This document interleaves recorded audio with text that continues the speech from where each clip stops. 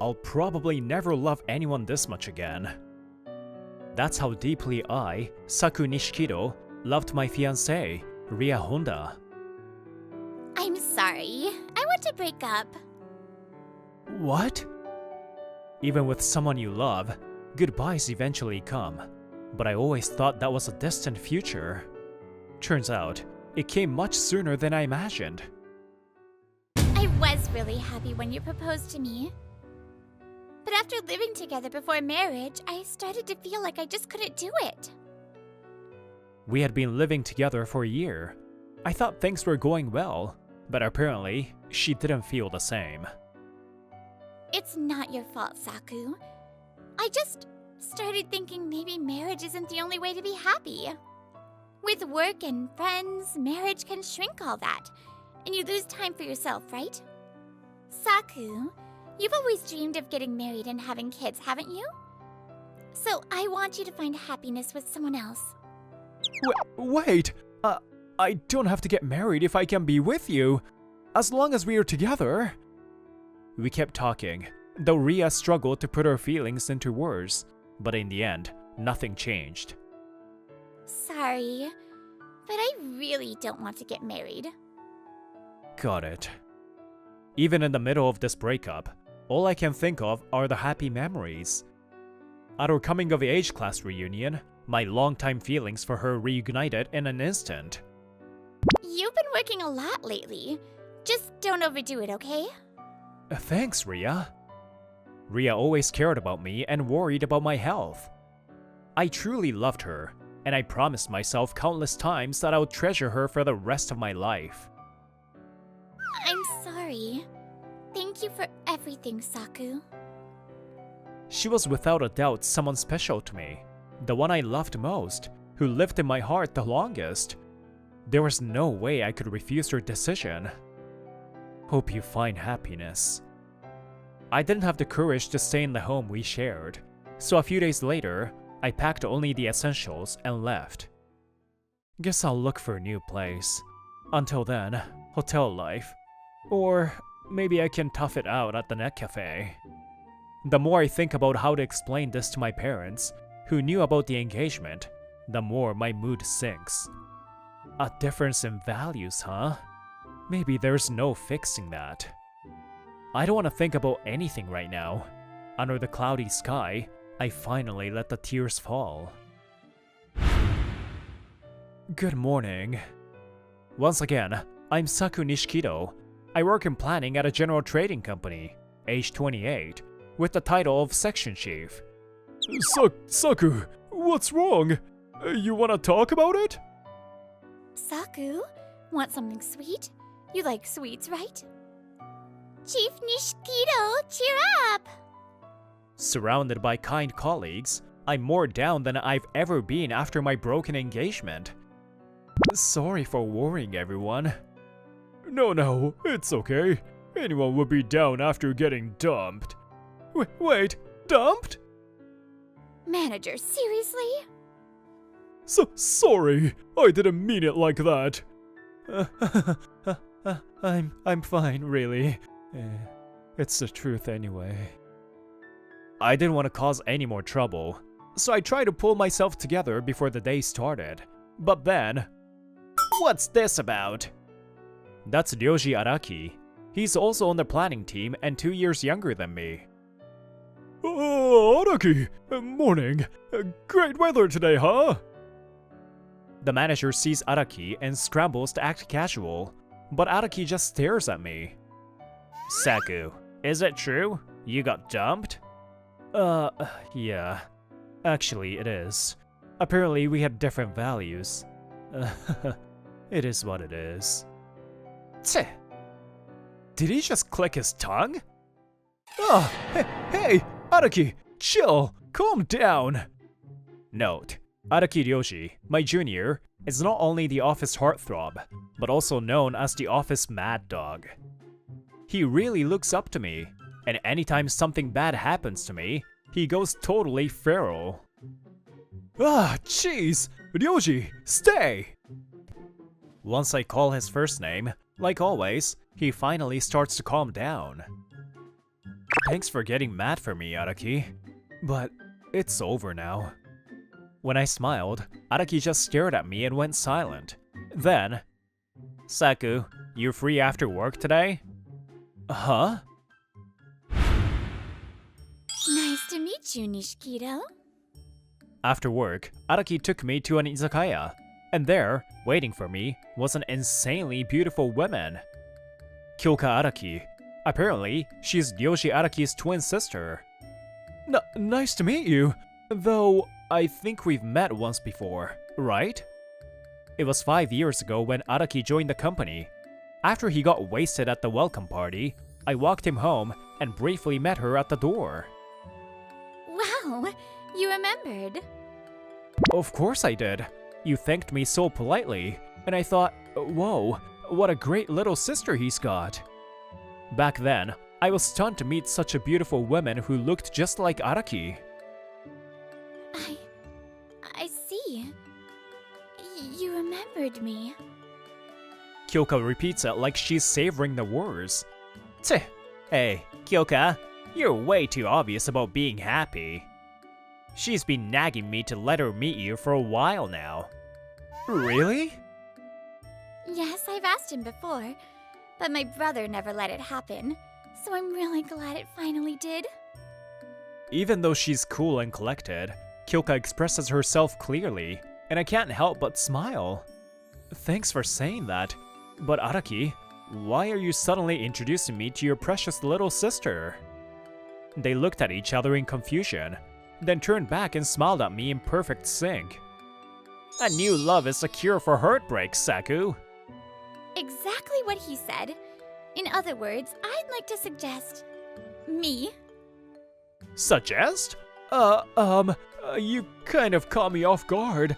I mean, Kyoka, you're honestly way out of my league. Now then, please take a look at this. A proposal? In here, I've written everything about what kind of woman I am, my personality, my preferences, my measurements, even my birth weight.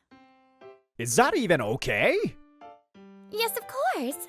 I'm a product. No, a woman who's sure to meet your expectations, so please take your time reading it. Oh, and if you'd like, I'm also open to being filled. Ow! Hey, quit making things harder for Saku. You've got an interesting sister, Araki. Thanks to Araki's fist, Kyoka's presentation was brought to an abrupt end.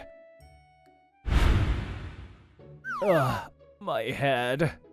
The throbbing pain in my head wakes me up. Looks like I fell asleep without realizing it. What did I do last night again? Oh, right. Araki invited me out for drinks. And then he introduced me to his sister Kyoka. And she tried to sell herself to me, right? She really was beautiful. Thank you so much, Saku. Huh? I had thought the side of me felt unusually warm, but hearing her voice made me open my eyes. Right in front of me, under the same blanket, smiling blissfully, was Kyoka. Wait, what? Good morning? Yes, good morning, Saku. No, I mean, Saku. Huh? Ah! My own loud voice hits my hungover brain like a hammer. But now's not the time for that. Where are we? Don't tell me I did something while drunk? Unfortunately, Saku doesn't seem to be that kind of careless man who'd do that. So nothing happened. Kyoka lowers her brows in disappointment, which only throws me into deeper confusion. This is the room you can come home to from now on. It's my... Hey, Kyoka, don't go calling him Saku. Araki? What happened to your clothes? Huh? I sleep in just my boxers. As I find myself being hugged from behind by a body way more muscular than mine, my brain finally short-circuits. Later, I got them both to put on clothes and explain the situation. Apparently, I passed out drunk and they brought me back to their place. Sorry for all the trouble. Araki suddenly carried me all the way here. His strength must be incredible to carry a fully grown drunk man like that. And during the night, the Araki twins set up a room in their home for me to use. They told me not to worry about looking for a new place. This room was just sitting empty anyway, so I should feel free to stay. So I took them up on their offer, and then... This almond rice is way too good! I want him as our housewife. I'm glad it suits your tastes. Wait. Housewife? Our? Since I was staying with them, I wanted to give something back, so I took charge of all the housework. I had trained hard in cooking and cleaning in place of Ria, who was never good at it, and that effort was finally paying off. Watching the Arakis happily going for seconds made me feel like my drifting heart had finally found a place to rest. Alright, I'm counting on you, Nishikido.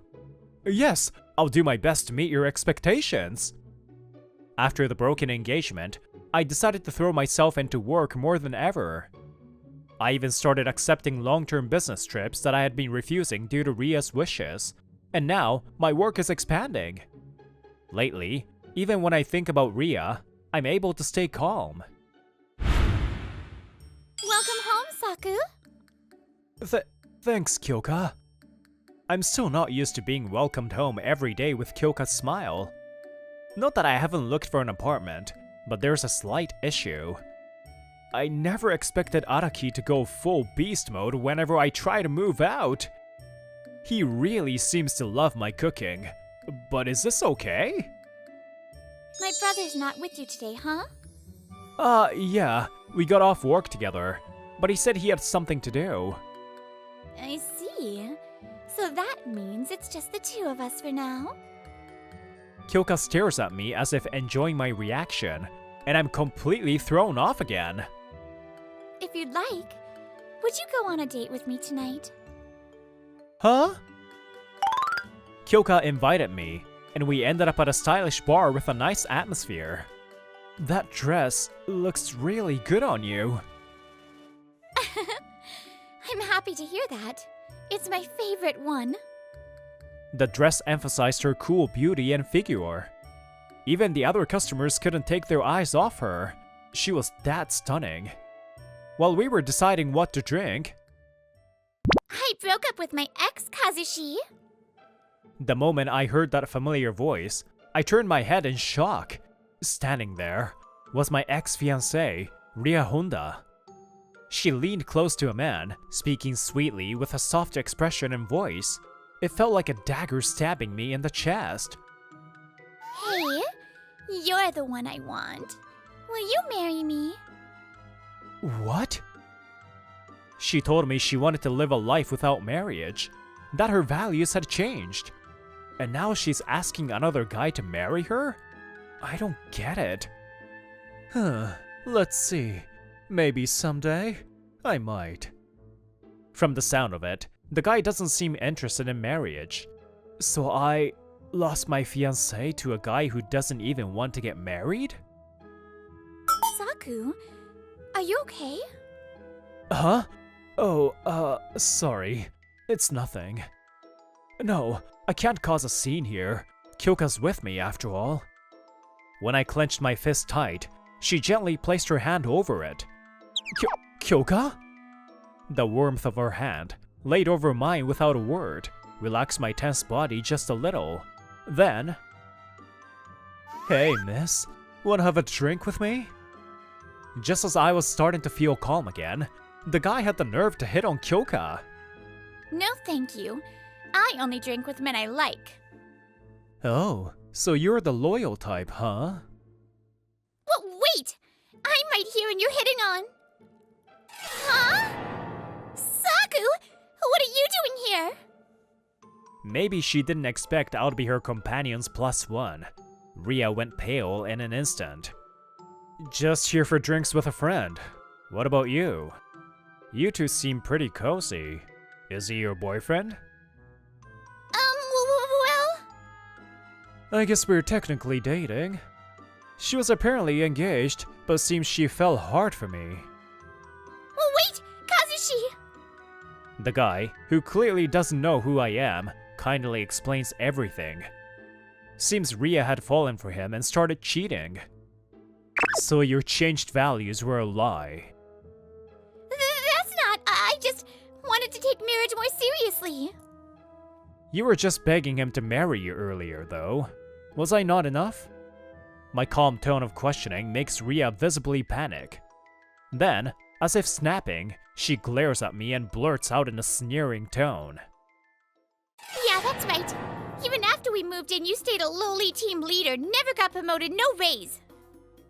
When I met someone cooler and richer, how could I not be drawn to him?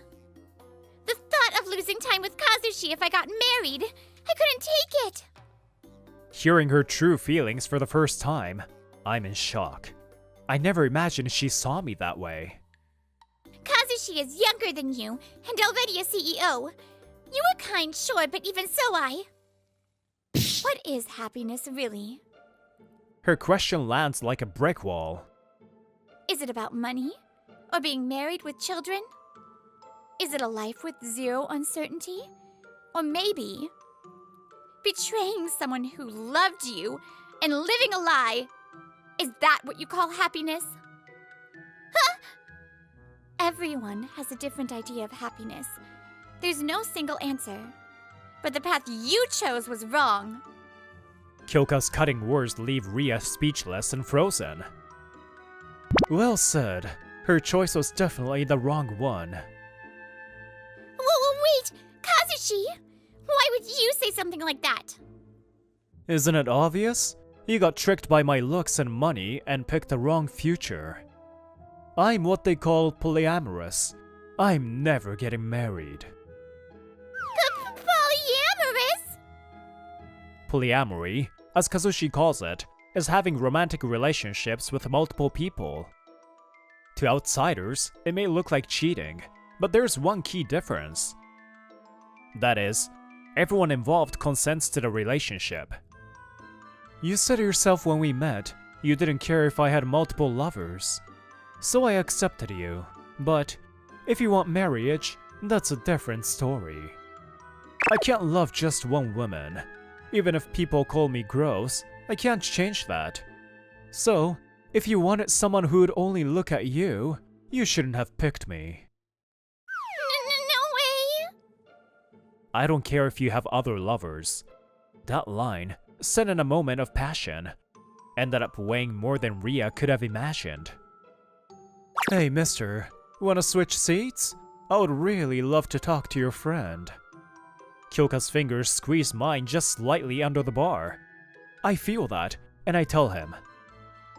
Sorry, but I can't. I'm on a date right now. Saku... Come on, Kyoka. Why couldn't you just stay home? Ryoji enters, clearly exasperated. I did think something was off. Despite being a popular place, we were the only customers. Thanks for the tip, master. Behind the counter, the kind, dandy-looking bartender gives a small smile. Apparently, this man is both the bar's owner and a private investigator. You idiot! Ow! Just like before, Ryoji gives her a light but firm bop on the head, clearly pulled his punch.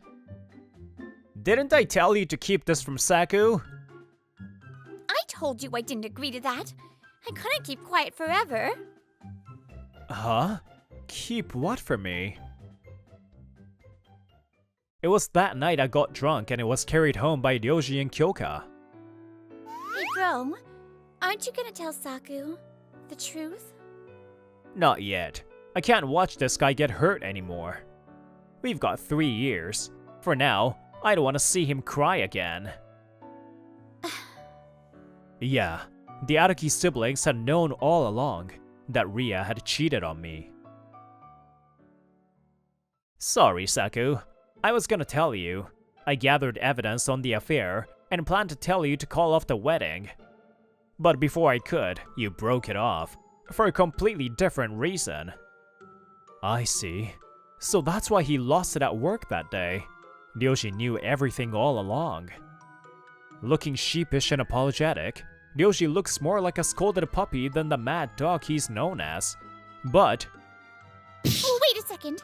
What do you mean, evidence? You gathered it, you? then, Ryoji's expression goes cold. He slams a thick envelope onto the counter. Several photos spill out across the bar, clear proof of the affair. What is this? Thought I would just get a little dirt, but once I hired the PI, it just kept coming. Honestly, even I was shocked. Apparently, Ryoji once caught them red-handed, and that's what made him hire a private investigator. The result? For the past 3 months, there had been multiple meetings between them. This. Even I can't forgive. I'm going to request compensation for the broken engagement. The statute of limitations for claiming compensation is 3 years. You've still got time. Araki must have done a lot of research and thinking for my sake. 3 years. That was the window he planned for, hoping I would heal through a new love with Kyoka. He was going to tell me the truth only after my heart had moved on. No way! I can't afford to pay compensation! Kazushi, help me! I'll be fine being one of your many girlfriends! Sorry. Forgot to mention, I quit being a CEO. Handed things off to my successor. No! Oh, and Saku, congrats on the promotion next quarter. You're heading up the planning department now, right? I heard you finally got back on track with your career after taking on long-term projects and stuff. Mad respect, man. Her dream CEO dumps her, and the man she left behind gets promoted. Ria finally breaks down in tears. After that, Ria tried to come crawling back once she got dumped by her real boyfriend. But Excuse me? Ria Honda. You're that woman from before. the one who showed up wasn't me. It was Kyoka. Why don't we have a little talk? I don't have anything to talk to you about. Oh, don't say that. Just a minute of your time. You know, we didn't show up at that bar by coincidence. We got intel on you. Originally, only my brother was going to approach you. He didn't want to tell Saku about your cheating, but I disagreed. Because it doesn't sit right with me that after cheating you could still be loved so by Saku. What? Saku, what are you doing? You'll catch a cold standing out here. Were you thinking about something? It was the night after I moved in with the Araki siblings. While I was zoning out on the balcony, Kyoka came to check on me. Yeah. I just keep thinking about what I should have done differently. She meant a lot to me, I said with a pained smile. Kyoka just quietly stayed beside me. After you broke up, he said he couldn't help wondering if there could have been a future where you were happy together. Isn't that messed up? You're the one who cheated. Yet you're still living beautifully inside his pure heart. I wanted you gone from his heart, even if it meant hurting him. Kyoka's face takes on a yandere-like coldness. Ria starts shaking. Huh? What are you? He's going to become someone who only sees me, who only loves me. There's not even 1 millimeter of love left for you. He's the kind, gentle man who cleaned a stain off my dress and told me I looked beautiful. So I told him the truth about you. But don't worry. I'll spend my whole life making sure he's happy now. Hey, Araki! Just as I came out of the office with Araki, Yeah! What is with this feral beast? Araki went full mad dog and stormed after Ria with wild fury. After that, Ria paid the compensation and was left penniless. She vanished without a trace. I have no idea what became of her. Nice to meet you. Sorry, Araki totally blacked out. That was the day I first met Kyoka. She was wearing the same dress she wore that night at the bar. Sorry about my brother. Hope he didn't cause too much trouble. No, not at all. Oh, wait. Your lovely dress is stained here. She let me touch the fabric, and I carefully removed the stain. There, all clean. It really suits you. Thank you. You're welcome. Well then, I'll be off.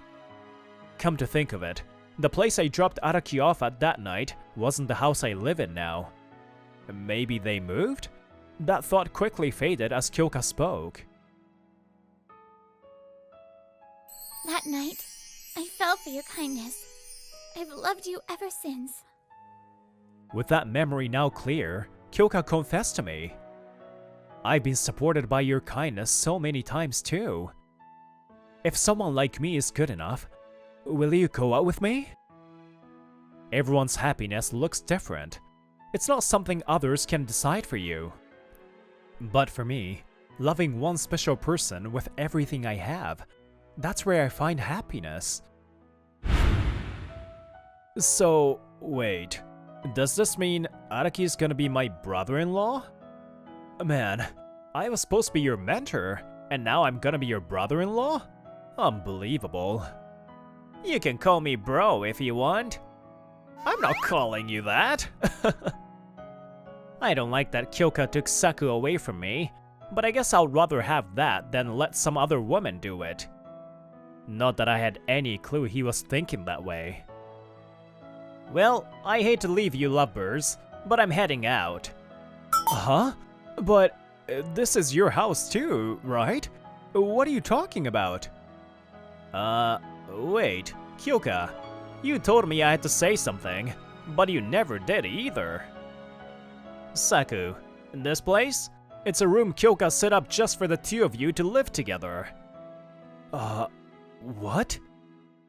Looks like there are still sides of her I don't know.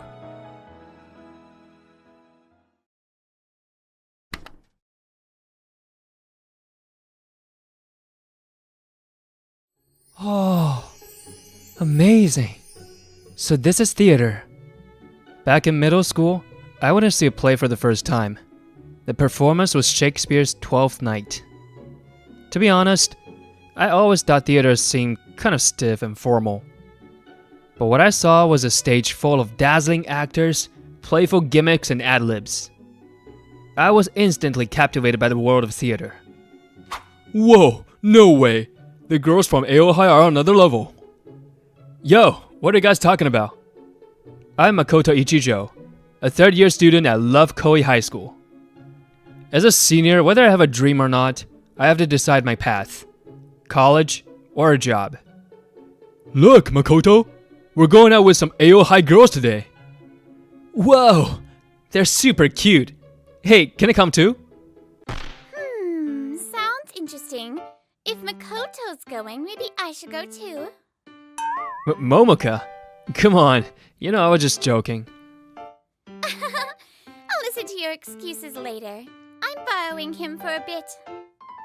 She's Momoka Eizawa. Not only is she cute, but she's kind to everyone and is one of the most popular girls in class. Also my girlfriend. Her dragging me away while I desperately resist has become such a common sight in class that no one even bothers commenting anymore. They just smirk at us. Hey, forget all that. Let's take a group photo. Huh? Why all of a sudden? Well, I don't mind. Oh, is my hair okay? Momoka, you're next to me. Everyone hurry up. Alright, smile. 3, 2, 1. We're all going to leave this place and move on with our lives. And new students will naturally take our seats in this classroom. Still, I hope that this moment, this single moment, shines as something irreplaceable for all of us. Wow! You got into Keita University? Your future is set! Congratulations, Makoto! On a date with Momoka at a cafe one day, the conversation naturally turned to future plans. By the way, Keita University is considered the most prestigious private university in the country. Thanks, but I'm not going to Keita. I'm planning to go to Seimei Academy instead. Seimei Academy? That low-ranked Christian school? What are you planning to become, a priest? That's a good joke. I'm serious. I want to be an actor. Ever since that day in middle school when I fell in love with theater, I've known this is the only path for me. So I spent my weekends hanging out at a friend's house. His parents were actors.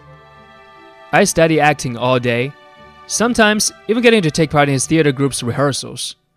I've been working at it step by step. Seimei Academy has been rapidly expanding its theater program for the past 4 years, and has started collaborating with the universities overseas. I took the Keida entrance exam because my parents are elitists who have always opposed my dream. But just the other day, I finally convinced them. They said I could go to Seimei Academy, so... No way! Having a boyfriend from a school like that would be so embarrassing. Momoka? I knew you were into theater, but I thought it was just a hobby.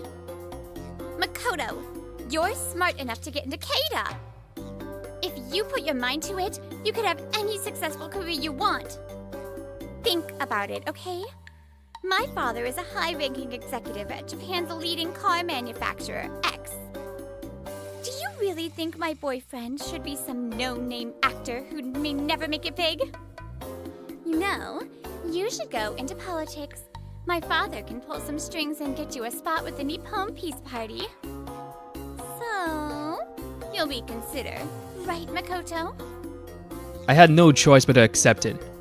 I could never truly understand her, and she could never understand me. Momoka, we should break up. Well, why? Why won't you understand me? That goes both ways. I can't be the perfect boyfriend you want, and I don't intend to be. And like you said, my future is uncertain, so I can't ask you to stay with me through that. That's why we should break up. And so, I ended my high school days without the person I thought I'd spend them with, and moved forward toward my dream. At Seimei Academy, I spent my days studying both academics and theater. And then... Whoa! This is nothing like a Japanese university. This is Ford University, a prestigious institution in the UK and the sister school of Seimei Academy. As an exchange student, I joined the Ford University Theater Association. But my journey turned out to be far more challenging than I had imagined. Oh, that this too solid flesh will melt, though, and resolve itself into a dew. I was performing lines from Hamlet in a rehearsal at the Theater Association. The director let out a sigh and simply said, "Next." I had passion, but I lacked grace. That was the verdict of my acting that day. I'm exhausted. Finally, dinner, even if I'm eating alone. The dorm cafeteria is one of Ford University's famous spots, even used as a filming location for movies. At first, I was amazed, but now I've gotten used to it. Sightseeing in the UK is the last thing on my mind.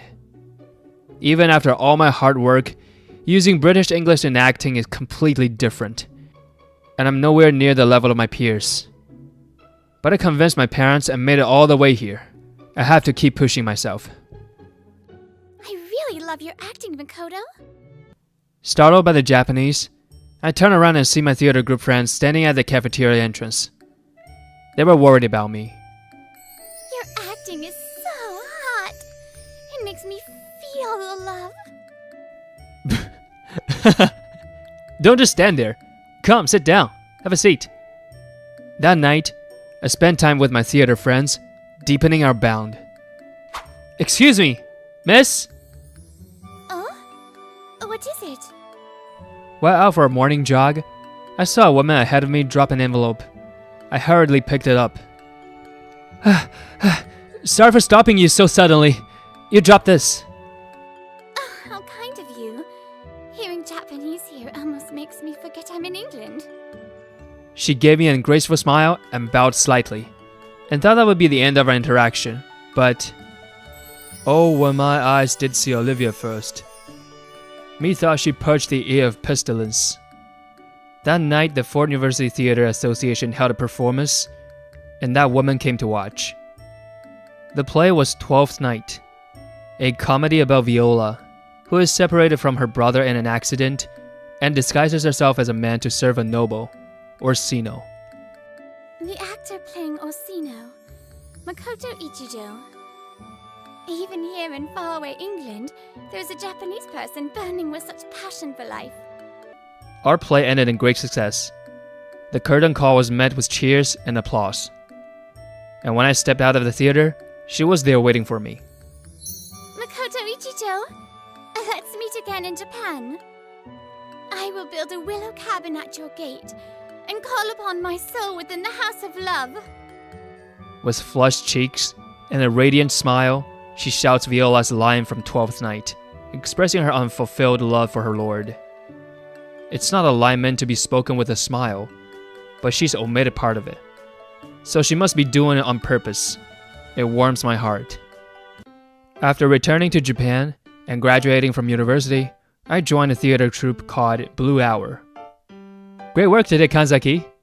There's a massive line of fans waiting outside again. After today's performance, I called out to Maon Kanzaki, the troupe's star actress. She often plays Melrose, using both her beauty and her acting skills to great effect. She's also someone I look up to, but... Really? Tell me, were there any handsome men? Any charming gentlemen? From what I saw, they were all women. What? I was sure today was the day my Prince Charming, who fell in love with my performance, would come sweep me off my feet. Actually, the better you play a prince, the more female fans you seem to attract. Makoto, you're so mean. Yeah, I don't think anyone would expect this from our prince. Maon had no energy to greet her fans and was trying to slip away in disguise. Her fans were used to her moves. Then, near the theater entrance, a woman was arguing with security. My lady, is something troubling you? I need to see Makoto Ichijo. Just as I was about to follow Maon and leave, I heard, "Wait, you're..."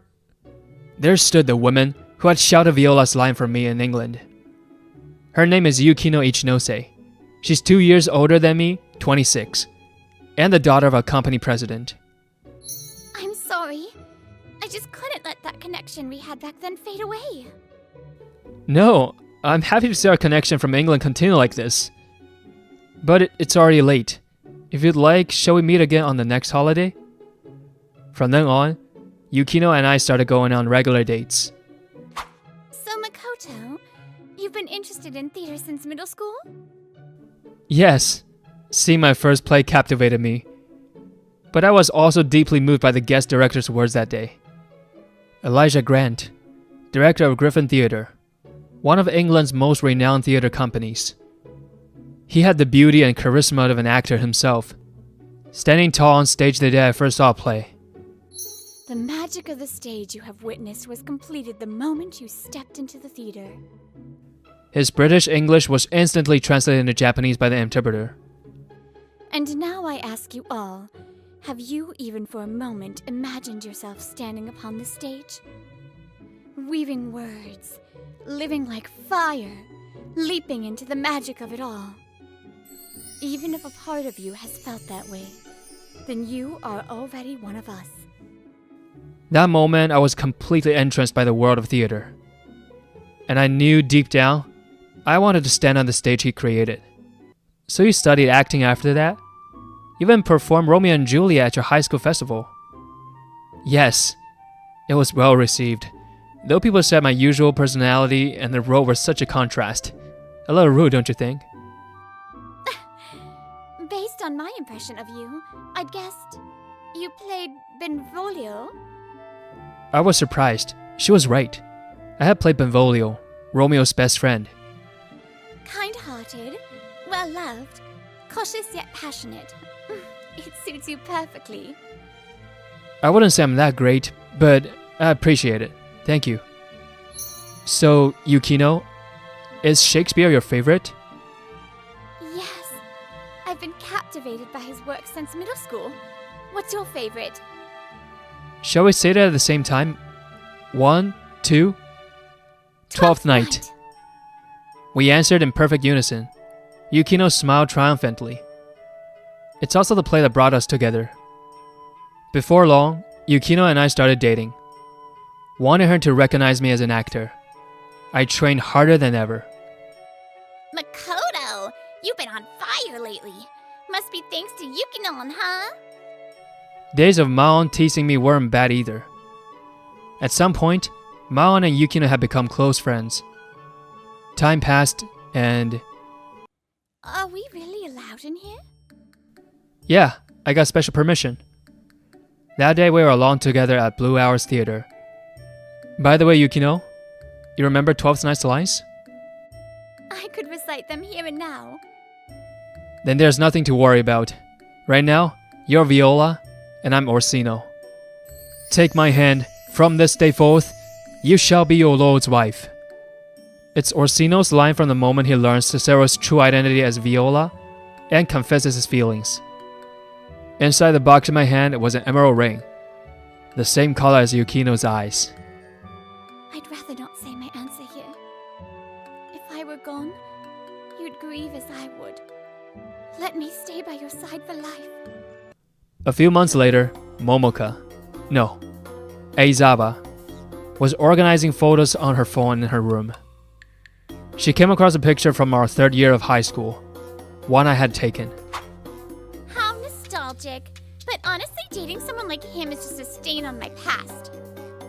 I never hear his name as an actor. I doubt he's doing anything significant. This is what happens when you ignore my advice. Serves him right. Just as she carelessly deletes the photo, a knock echoes in the room. Momoka, our president's daughter is getting married. It'll be a massive wedding. You'll be attending as a part of my family. Of course! I'll carry myself with pride as my father's daughter. She accepts the invitation with confidence. However, Well, what did you say? Impossible! The daughter of X's president is marrying that Makoto Ichijo? yes, as it turns out, Yukino is the daughter of the president of the company, where Aizawa's father is an executive. So that means Makoto's status is now higher than mine? I won't allow it. What's wrong? Something about the groom? What's wrong? This man dumped me without even listening properly. Is that so? But it's true that he's marrying the president's daughter. Just be sure you don't do anything rude to Yukino. Think of my position. I can't accept this. Relax. I found you a match too. A future prime minister candidate. Really? Yeah. But if you cause any trouble, the engagement might be cut off. So behave yourself. Understood. I don't want to see him, but this is a great opportunity to expand my connections. I'll attend the wedding and carry myself as a graceful and dignified lady. Such a shameless girl. In this regard, she really takes after me. Then came the wedding day, and the ceremony proceeded without issue. Aw, congratulations to you both. I can't believe you're leaving me behind to be happy together. But I love you both so much. Seriously, congratulations. Yukinon, be happy. Thank you, Maon. After the ceremony, Yukino and I made our way around the banquet, greeting guests. Even I almost got teary-eyed because of Kanzaki. As we moved around the venue, my body tensed as we approached one particular table. It's been a while, Aizawa. I was surprised when I heard you'd be attending. It has been a while. Makoto, do you know her? Oh, I remember now. You two dated back in high school, didn't you? When discussing the guest list, I had already told Yukino about my past with Aizawa. Well, since they ended things on good terms, let's leave it at that. Once again, congratulations, Ichijo, Yukino. Thank you. We sincerely appreciate you attending today. Thanks to Aizawa's father, the situation didn't become too awkward. Or at least, that was the plan. By the way, Ichijo, do you do any work in dramas or movies? I wouldn't know since I don't keep up with the recent ones. Aizawa asks with a smile, but there's a hint of condescension in her tone. Maybe I'm just ignorant, but I've never heard of Makoto Ichijo. Oh, but actors use stage names, don't they? Maybe yours is famous. She doesn't even consider the possibility that I might be successful. Her expression makes it clear she sees me as beneath her. Has she changed? Or had I simply failed to see her true nature? I regretted ever dating her. See? For example, at that table, those are all famous actors still active in international films. There's Daniel from Kingsman and Stephanie from Mare Hatter. I assume they're Yukino's guests. If you became as famous as them, I'm sure Yukino would be proud. So you should work harder. Just as Eizawa glanced toward a particular table, Makoto, you still not come here? I want to talk soon. one of them waves at me. I signal with my eyes that I'll come over later, and they smiled in response. Wait, you know them? What's going on? What's going on? They're friends from my time in England. Thanks to enrolling to Seimei Academy, I got the chance to study theater abroad. The Ford University Drama Association is well known in this field. Many stars from the British theater and film industry come from there. Incidentally, my first ever play was also produced by the Ford University Drama Association. Makoto honed his acting skills through this exchange program. After returning to Japan, he joined Blue Hour, one of the country's top-tier theater troupes. But even if his friends and troupe are impressive, that doesn't prove he's any good.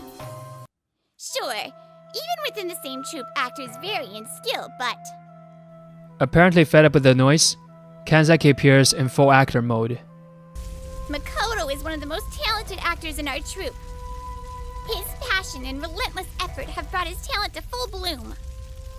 If you insult him, as his senior, I won't stand for it. Ah! Executive Aizawa, your daughter doesn't seem to understand, but Makoto is a theater actor.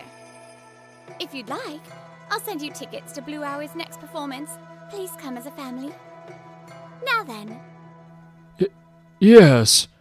Wishing you both a lifetime of happiness. The fact that she said it to her father, my wife might have a bit of a mischievous streak. Later, as planned, Eizawa's father arranged a marriage for her.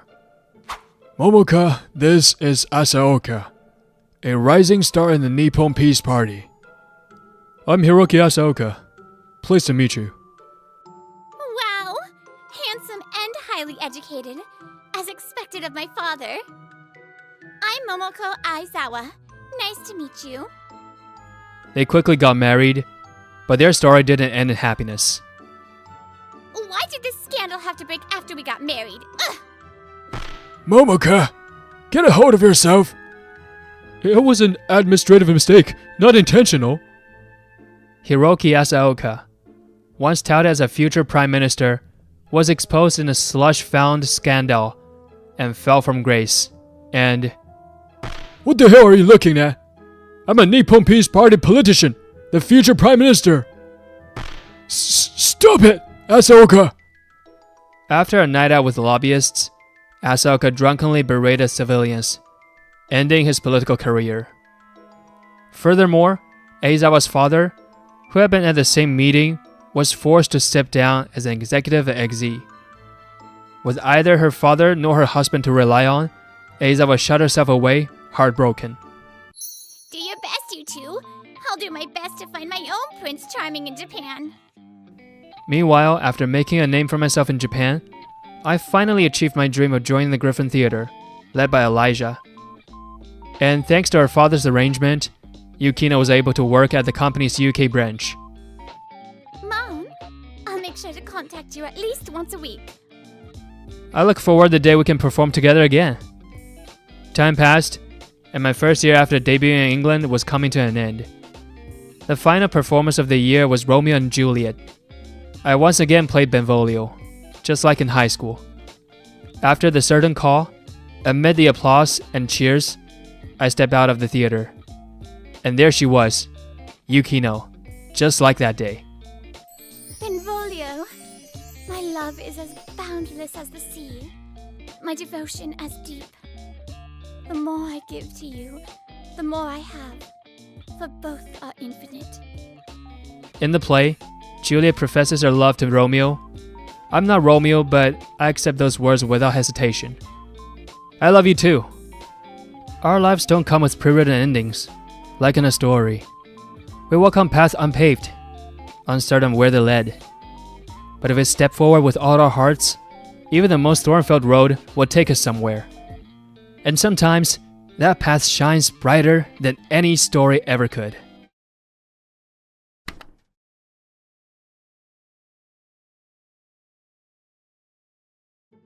No matter how far I try to push it away, this feeling tries to come back whenever it finds a gap. So I decided to seal it away deep inside my heart and only look at the path I should walk. Yet, Takahide, leave me alone!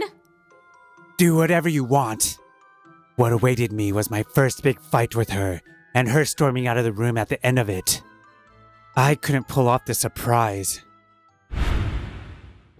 3 months earlier, I was having a video call at home with my former boss, department head Isaka. To headquarters? My name is Takahide Nogari. I'm a 29-year-old salesman working at a local advertising agency, Love Koi Kikaku.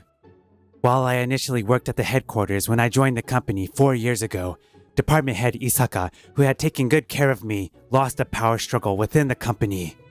And I, too, was transferred here to a company on the verge of bankruptcy. But... That's right. You don't have to languish in the branch office anymore. I want you to demonstrate your abilities under me again. once again, there was a political upheaval at headquarters. Department head Isaka regained a prominent position and is trying to call me back. That's happy news, but... What? I thought you'd be more pleased. I faltered. Certainly, I have a dream of starting my own business. And for that reason, my true desire is to be tempered once more in the fiercely competitive advertising world of the city. Department head Isaka, I'm sorry. It's a very honorable offer, but I don't intend to return to headquarters. I see. Well, it's you. I'm sure you're worried about the future of Love Koi Kikaku. He hit the nail on the head. The people who come to mind are those at the company, and I've developed an attachment to them. You're our savior. Thanks to you, we were saved from the brink of bankruptcy. Thank you. President Okanaka and everyone at the company genuinely admire me. And then there's Noah. I'm sorry for Takahide-kun being transferred, but I'm really grateful to have met you thanks to that. Yes, Love Koi Kikaku has become like family to me now, and I'm on the verge of marrying one of my colleagues. So, I tried to suppress my feelings about returning to headquarters and move forward with my relationship with Noah, but... I'm going to decline the offer to return to headquarters. First of all, I've never even heard of such an offer. You're going to decide on such an important matter without consulting me? Am I not your girlfriend? Just as I offered her cake to start the main topic, Noah exploded in anger. I, too, was blamed for the decision I made for our future, and the argument escalated with tit-for-tat exchanges. And that's how it ended, with her storming out of the room after our first fight. The next morning, I went to work with a heavy heart and was called in by President Okanaka. "Excuse me, President, you called for me?" My voice trailed off. There was an unfamiliar person there. Oh, you're here, Nogari-kun. Let me introduce you. This is Kawade-kun, who will be working as your replacement starting today. Please hand over your duties to him before you return to headquarters. I'm Tetsuro Kawade. Pleased to meet you. I couldn't hide my agitation at this person named Kawade, who bowed his head as he spoke. Only the president knew that I had received an offer to return to headquarters, but... the official transfer order hasn't been issued yet, so what's the meaning of this? Kawade-kun is a salesman who used to work at Soprano Advertising. I'm sure he'll be a good replacement for you. I've heard about your great work, Mr. Nogari. Huh? Soprano Advertising is a competitor of our headquarters, right? Then he must be competent. Is it just me, or does he seem to have a sinister look in his eyes? Yes, I got tired of the hustle and bustle of the city and moved here after resigning a few months ago. But I pride myself on being a natural salesman, so please rest assured. I will surely lead this company even after Mr. Nogari is gone. Huh? Did you just say gone or no longer here? What are you talking about? Come on, let's introduce Kawade-kun to everyone. And of course, let's celebrate your return to headquarters. No, President, somehow, right now. Everyone, listen up! Our hero, Nogari-kun, who saved our company, has decided to return to headquarters. And this is Kawade-kun, whom he has chosen as his successor. But first, let's celebrate Nogari-kun's return to headquarters. Everyone, applaud! I was enveloped in a thunderous applause. Congratulations! As expected! Words of congratulations were directed at me one after another. Of course, everyone meant well, but I'm worried about everyone and still undecided. With mixed feelings, I averted my gaze, and there I saw Noah, standing apart from the celebratory circle. Later, I brought Kawade-kun to Katawa Brewery, one of our clients, for the handover. Although it's called a brewery, it's actually a sales agency for local craft beers. I see. I heard that President Katawa's skills have made these local beers popular nationwide. Yeah, and every year around this time, they entrust our company with creating an advertising video for the summer beer sales campaign. It's a job that accounts for a large portion of our first half sales, so I understand. You want me to take over this project. he has a way of saying things that sometimes rubs me the wrong way. But perhaps that's just my oversensitivity due to my indecision. Well, let's go. Unable to make up my mind, I simply went with the flow and entered the company with Kawade-kun. Oh, returning to headquarters? That's wonderful news. We were shown into the president's office. When I reported the handover, President Katawa was as happy as if it were his own matter. It's been 4 years already, hasn't it? Since I received a cold call from Nogari-kun and Nao-chan. Yes, this was the first client I gained after coming to love Koi Kikaku. Memories of the day the contract was signed came flooding back. We did it, Mr. Nogari! As expected of someone from headquarters. It's all thanks to Kanzaki-san for creating such a wonderful promo. It's hard to believe she's a fresh graduate. In the oppressive atmosphere of a company on the verge of bankruptcy, Noah, a fresh graduate, and I, who had been transferred, worked tirelessly and won this major contract. I think that's when the atmosphere in the company started to change. And that's also the day our relationship began. So, how about puppy thrown from the terrace? That voice snapped me back to reality. Kawade-kun was currently discussing the name of a new craft beer with President Katao. No, I think that would be overshadowed by the impact of Wednesday's cat. Wait! No way! That would cause a firestorm! Well, wouldn't you be curious about what it tastes like? If I were a consumer, I'd be more concerned about the developer's sanity than the taste of the beer. Don't you agree, President Katao? Hey, that's a rude way to ask! Well, now, both of you. In the end, President Katawa was left trying to smooth things over, and an awkward silence filled the room. Hey, what was that meeting about? What do you mean? On our way back from the nerve-wracking meeting, I confronted him. You were butting in too much after that, too, even about logistics and pricing. We're an advertising agency. Well, I learned a lot from business owners in the city in my previous job. I was just giving some advice to the president of this small-town company. I couldn't believe my ears. My tone naturally became heated. Hey, sure, the city is a fiercely competitive advertising scene, but that doesn't give you the right to look down on the countryside. And like when you were asked for beer name suggestions, your proposals are way too outlandish. I like to add surprise elements to my plans, and I value them, but... Shut up! What? Don't whine when you're leaving, just leave it to me. This small-town job is way too easy and boring for me anyway. Oh, but Noah-chan was it? I'm looking forward to working with that cute girl. Hey, don't lay a finger on Noah. Oh my, that's rich coming from the guy who had a big fight with her and is now being given the cold shoulder. I was at a loss for words. Yes, while everyone was celebrating my return to headquarters, Noah was the only one standing apart.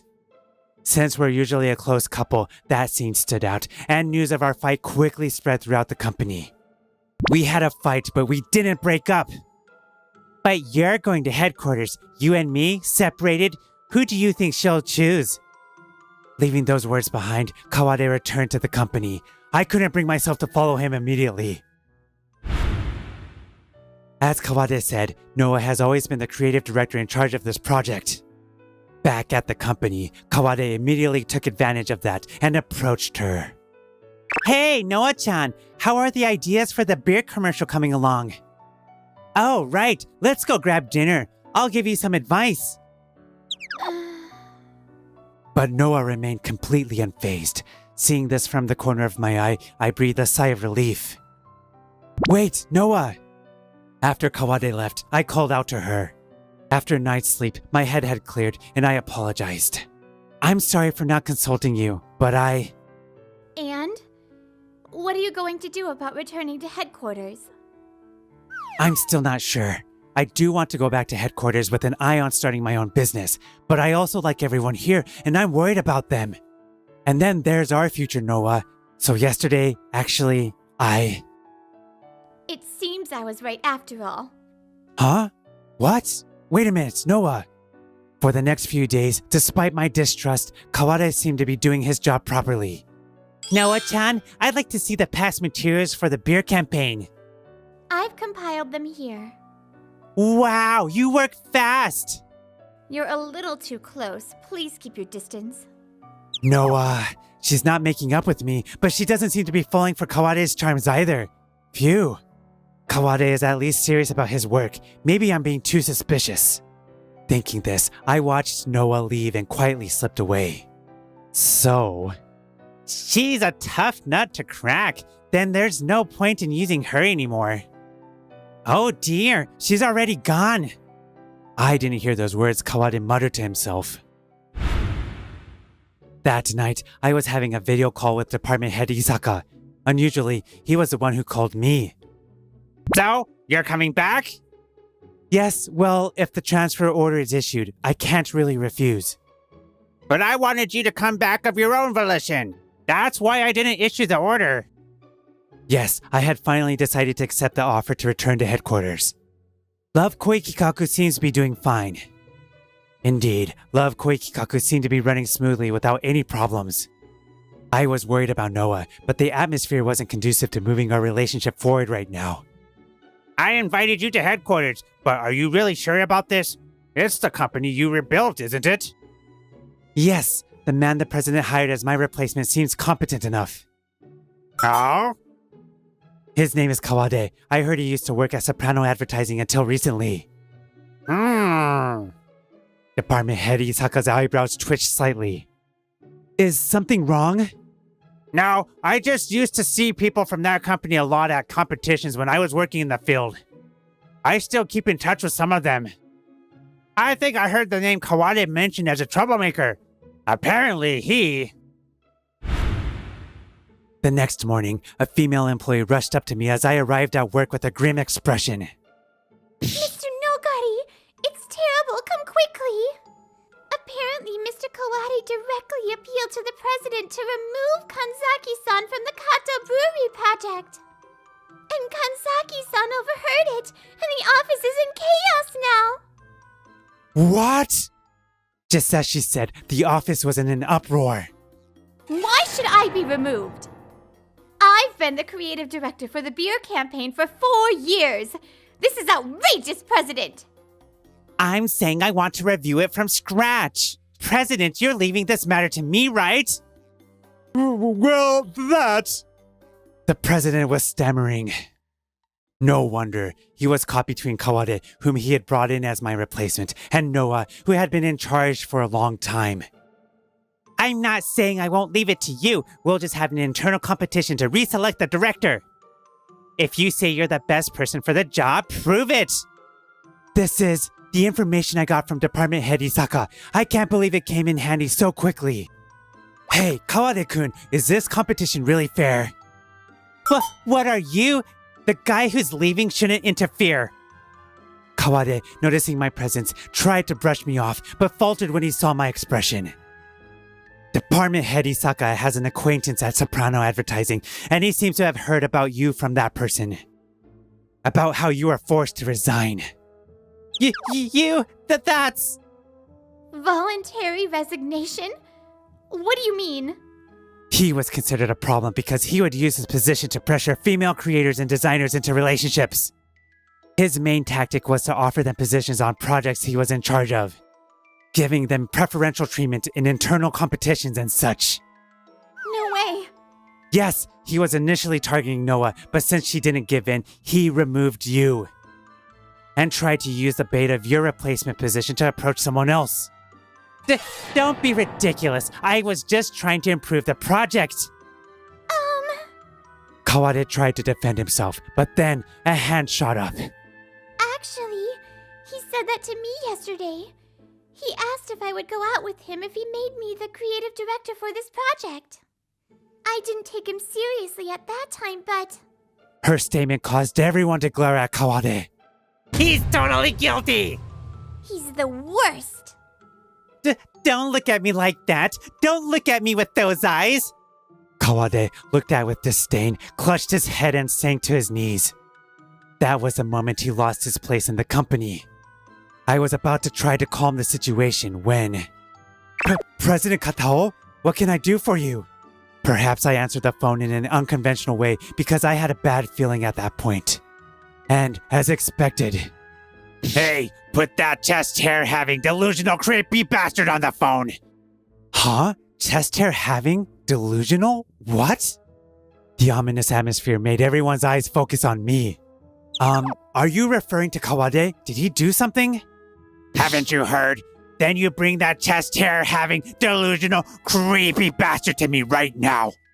Or I'm cutting off all business with Love Koikikaku. No, but President Katao... The call cut off abruptly. Hey, Kawade, what the hell did you do? I asked Kawade, suppressing my anger. But then I finally realized that Kawade was gone. Wait, where's Kawade? Wait, he's right. He was just here. No way, he disappeared. Nogari-kun, what in the world happened? Well, I'm not entirely sure of the details, but actually... I explained the situation. Everyone's faces clouded over. But Katao Brewery is our biggest client. If they cut us off this company... Imagining the worst case scenario, a heavy silence fell over the room. No, it's not over yet. It's not decided yet. Takahide-kun. I'll go meet with President Katao now.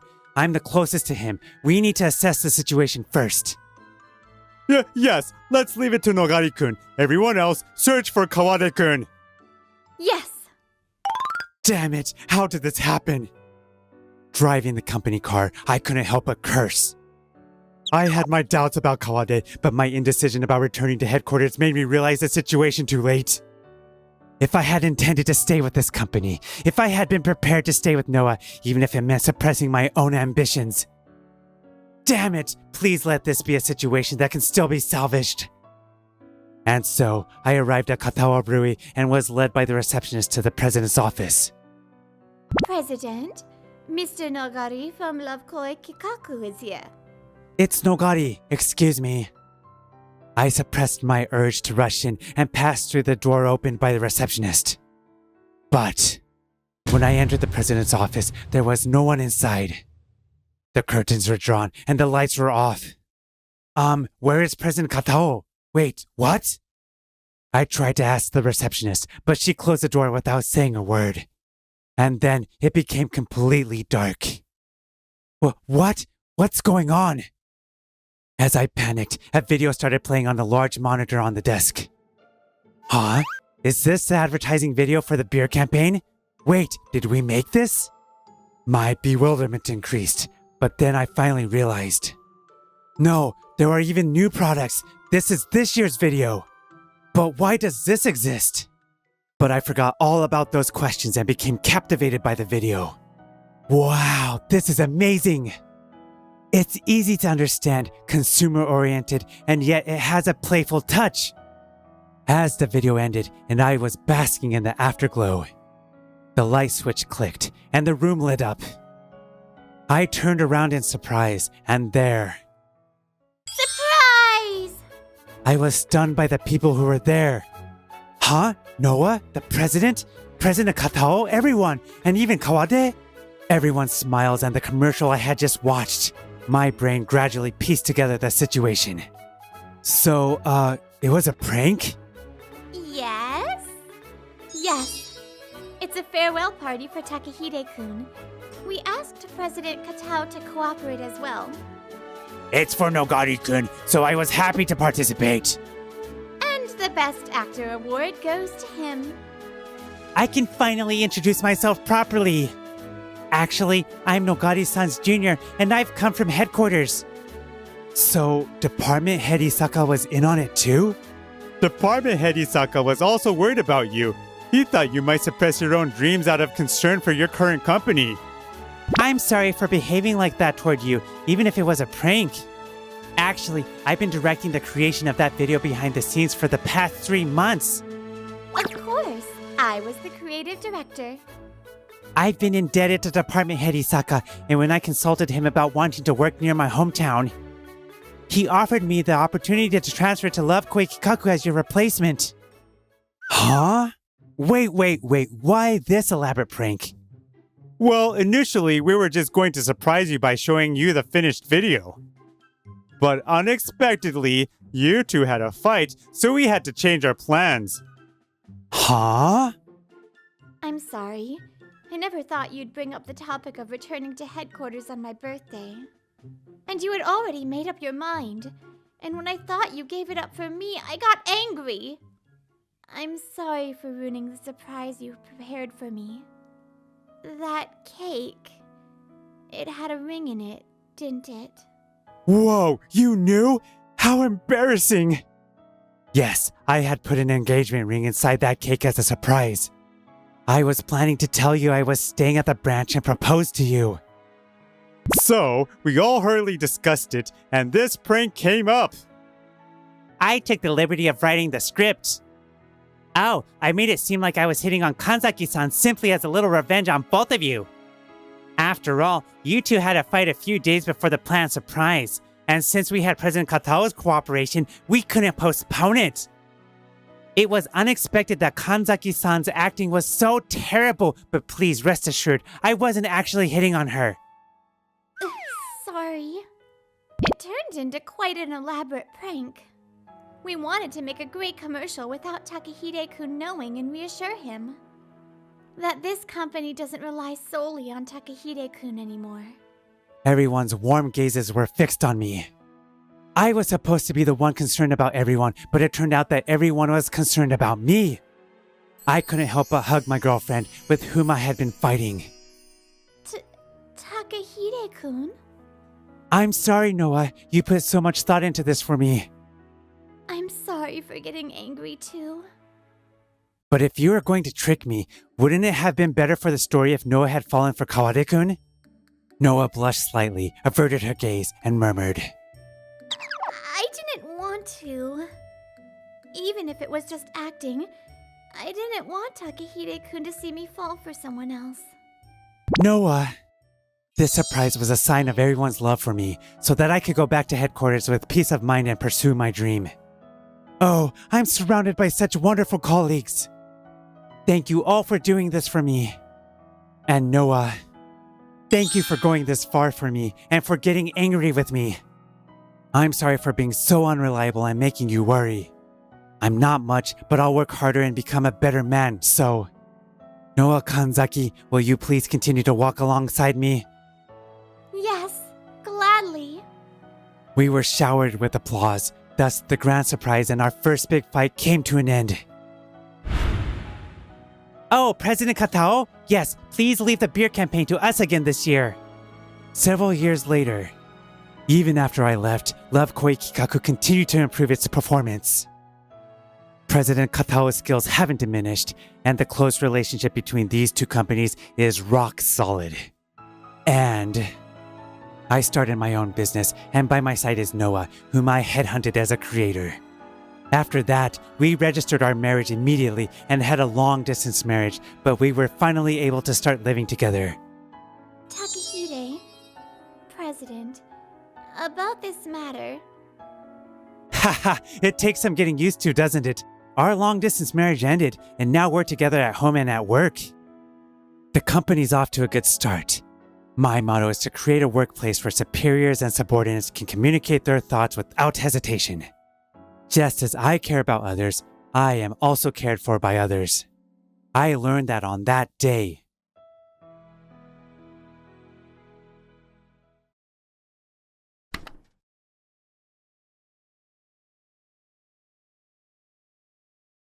Hey, aren't you Nagato? Long time no see. Shimomatsu, how long has it been? It really has been a while. Someone called out to me from behind, but I knew who it was right away. It was a familiar voice I used to hear every day. My name is Hiroki Nagato, 35 years old. The one who called out to me is Shimomatsu. We've been close friends since elementary, junior high, and high school for 12 years. But lately, we've both been busy, and even though we use the same station, we haven't seen each other for a few years. Still taking pictures of buildings, I see. I can't relax unless I do. By the way, Nagato, have you got a girlfriend? I haven't had one for 5 years now. Same here. I don't have any chances to meet anyone. Lately, I've been especially busy with the upcoming completion of a new project, and I've even forgotten that I haven't met any women. But it was surprising that even Shimomatsu, who graduated from Japan's most prestigious tea university, has no luck with women. Well, I have a group blind date this weekend. Would you like to come? Some girls from my university are bringing their friends. You know I'm not good at those kind of things. Don't say that, please. The guy who was originally supposed to go had to go on a business trip suddenly. I see. But I feel intimidated by someone like you who went to a top university. It's fate that we met here. Think of it as helping a friend in need. We don't have enough people. Okay, I'll go, so raise your head. So, for the sake of my friend Shimomatsu, I reluctantly decided to participate in the group blind date. One man and one woman were absent, and it ended up being 2-on-2. Sorry I'm late. Madoka, long time no see. This is Madoka Mine. This is my close friend, Hiroki Nagato. It's been a while, Shimomatsu-senpai. Nagato-san, nice to meet you. This is my former colleague, Yuzuki Aragaseki. I'm Nagato. Nice to meet you. I'm Yuzuki. Nice to meet you. Cheers! Lately, I've been spending my nights drinking canned beer in front of my computer at home. It's been a while since I've met people and had drinks outside like this. I wasn't really looking forward to the group blind date, but thanks to Shimomatsu and Madoka talking a lot, I was able to relax quickly. I met Madoka at a welcome party for new students who were alumni of the tennis club. Back then, she was really like a girl from the countryside. Well, I couldn't help it. I had just moved to Tokyo. Senpai, please forget about the past. Shimomatsu and Madoka seemed to be really close, but as for her friend, Yuzuki, rather than enjoying herself, Yuzuki gave Shimomatsu and Madoka a cold look, and then she stared at me as if she were sizing me up. This isn't a reunion, so it's annoying when you two are the only ones having fun. Well, I guess it can't be helped if they're talking about old times, since it's been a while since they've seen each other. I came because Madoka said she'd introduce me to a senior from T University. Nagato-san, was it? Where did you graduate from? Well, I graduated from high school and started working, and then I went to a correspondence university because of my qualifications. Huh? Correspondence? Since I was working, I could only go to a correspondence school. Correspondence? There's no strict entrance exam, just document screening and an interview, right? Can you even call that a university graduate? I couldn't get into T University, but I went to K University. It's embarrassing to have a lower educational background than a woman. Let me tell you, I didn't decide that academic background is important. The world decided it. At my father's company where I work now, of course, there are only excellent university graduates. Correspondence school is out of the question. I could have predicted this kind of development, and I'm already used to it. It's true that the world values academic background, and I have no intention of arguing. Yuzuki, what are you saying? That's rude, isn't it? What? What's wrong with telling the truth? Even if you're Madoka's friend, I can't overlook that kind of remark. Academic background isn't everything, and Nagato has his own circumstances. It's okay, Shimomatsu. I made my decision. See? You can't even argue. That's what happens when you're an uneducated man who ran away from tough entrance exams. It's not my fault. The awkward atmosphere couldn't be easily restored, and the group blind date ended up disbanding. Sorry about that. I didn't think Madoka would bring a woman like that. No, Madoka defended me. I'm used to people talking about my education, so don't worry about it. Even so, that woman Yuzuki doesn't even know the circumstances. Then, I heard footsteps running after us from behind. Senpai, Nagato-san, please wait. When I looked back, there was Madoka, out of breath. Madoka said she really wanted to apologize, so I suggested we go for another drink, just the three of us, at a different place. I'm really sorry for what my friend said earlier. It was rude. It's okay, I don't mind. Did you go out of your way to chase after us just for that? Yes, I couldn't just go home like that. Yuzuki and I were colleagues at my previous company, a construction company run by her father. According to Madoka, she couldn't keep up with Yuzuki's excessive pride and had lost touch with her after changing jobs. But recently, Yuzuki kept contacting her to introduce her to a man who graduated from T University, so she reluctantly set up today's group blind date. I thought she would have calmed down a bit since it's been a while since I've seen her, but she's gotten even more arrogant. I'm really sorry. So that's what happened. Madoka, I thought you might have thought that I like that kind of woman. Maybe she's not so bad? Hey, Nagato! Come outside for a sec! After that, by talking slowly, I got to know Madoka's personality. After quitting the construction company, she works for a travel agency, and also participates in local environmental protection activities. I gradually became attracted to Madoka. Meanwhile, Yuzuki, who had said whatever she wanted to me, was reporting on the drinking party to her father at home. Listen, Dad. At the T University alumni mixer today, there was a guy who graduated from a correspondence university. It was awful. Correspondence? A man's worth is based on how much he earns. A correspondence university graduate probably doesn't have a decent job. I'm sure of it, but don't worry. I wouldn't get involved with a low-educated man. But there are exceptions, like the architectural designer Nagato.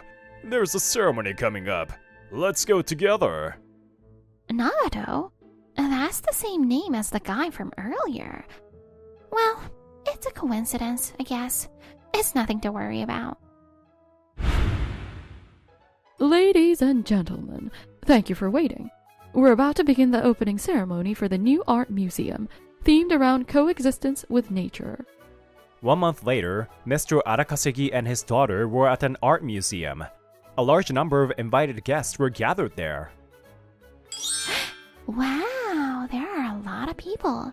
Is this museum that popular? It's a collaboration between an up-and-coming designer and 5 major construction companies. We're barely managing to get a small part of the exterior work. It's amazing that you were even able to get involved, Dad. It'll improve the company's image. That's right. Even if it doesn't bring in much money, we have to do these kinds of showy jobs. Now let's welcome Mr. Hiroki Nagato, the designer of this museum. Huh? No way! That's the Hiroki Nagato I was talking about the other day. How can this be? He's a correspondence university graduate, but he's such a famous architectural designer. If our company could get a direct contract with Mr. Nagato's office, we would make an unbelievable amount of money. Mr. Nagato, thank you for your hard work. Coexistence with nature. That was a great speech. Thank you. I plan to further accelerate the theme of coexistence with nature in the future. Was there something that inspired you?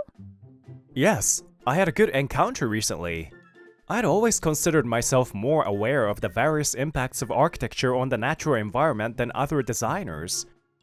That feeling was being further amplified by my recent encounter with Madoka. Mr. Nagato, nice to meet you. I'm Arakasugi, president of Arakasugi Construction. I wanted to greet you. Ah, you're the president of Arakasugi Construction. Oh, you know about my company? That's an honor. Of course, you're a famous construction company. Your daughter's name is Yuzuki, right? I happened to meet her the other day. What? Why didn't she tell me such an important thing? Hey, Yuzuki, come here! Called by her father, Yuzuki appeared from the crowd. She looked a little pale and extremely awkward. Well, I'm Yuzuki. My father is very grateful for your work. Don't be so formal. We've had drinks together, haven't we? Well, I wasn't aware of such a relationship. I'm so sorry. Hey, Yuzuki, greet him properly. Hey, where are you going? Perhaps because she felt too uncomfortable, Yuzuki ran away from the scene. A few days after the mixer, I came to have lunch with Madoka, whom I had been seeing frequently. Wow, so that's what happened at the museum ceremony. I might have been a bit too sarcastic. But just a little, right? It wasn't enough. It's outrageous to be called uneducated without knowing the circumstances. Only university graduates are eligible to take the first-class architect exam, and since I started working at my father's architectural firm, correspondence school was my only option. The prejudice against correspondence university graduates never goes away. But it's amazing that you studied while working and passed the first-class architect exam. Thank you. So you said on the phone that you had something to discuss today. I'll listen if you'd like. About that. It's actually about Arakasugi Construction. I listened to Madoka talk about the hidden circumstances of her former workplace, Arakasugi Construction, and a certain incident that had occurred recently. At first, I intended to just listen to Madoka's worries, but the content was far from something I could overlook. For Madoka, who tearfully told me the truth, I promised to help her. Meanwhile, a heated argument was taking place between father and daughter in the living room of the Arakasugi house. Why didn't you tell me you met Mr. Nagato?